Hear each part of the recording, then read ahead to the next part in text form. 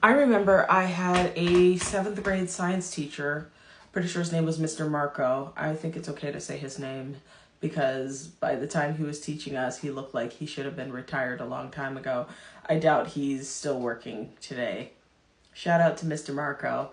I remember he used to argue with my class back in the day because he kept saying recycling was a scam.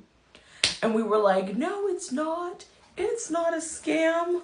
And we were going back and forth with this grown man to tell him recycling was not a scam. And unfortunately, the older I get, the more I believe him. I actually had a professor in university. I won't call his name because he's still working. Shout out to you, sir. But he was telling me he had a development class that we all did in university. And he was talking about e-waste and how a lot of e-waste ends up in developing places of the world, like parts of Africa or parts of Asia, where like all of our old computers end up, or a lot of our waste that isn't easy to dispose of, like dirty diapers and things like that. All of that ends up in the developing world. Meanwhile, we're over here sorting things, trying to recycle, and all we end up doing is damaging other economies because some of the things that we put in the garbage, things we put in the garbage are just getting shipped to other places for unsafe disposing.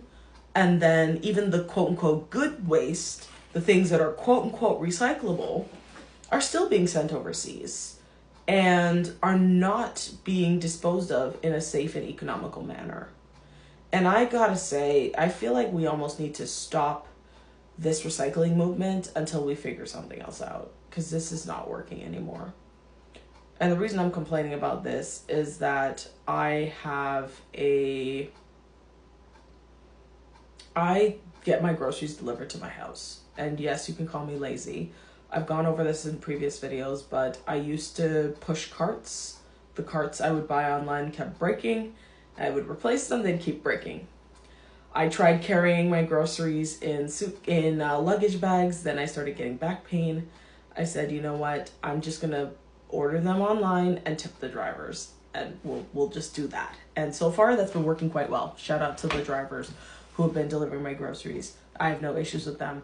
But I do want to understand from the grocery stores, what is this new thing with you putting all of our groceries into paper bags?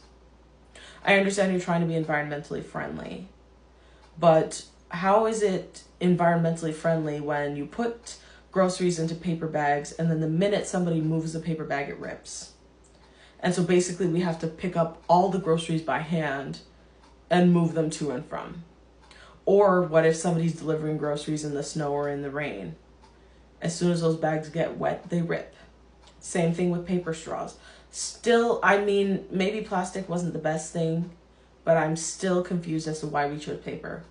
Because I don't want mush in my mouth when I'm trying to drink something. It's ridiculous. And I'm finding that the more and more we're trying to be more eco-conscious and eco-friendly, it's just turning into a lot of wasteful garbage. And I don't think this is helping. It might help the company save money, but you're not actually enhancing the user's experience. And I don't know how we can kind of get a balance of all of that.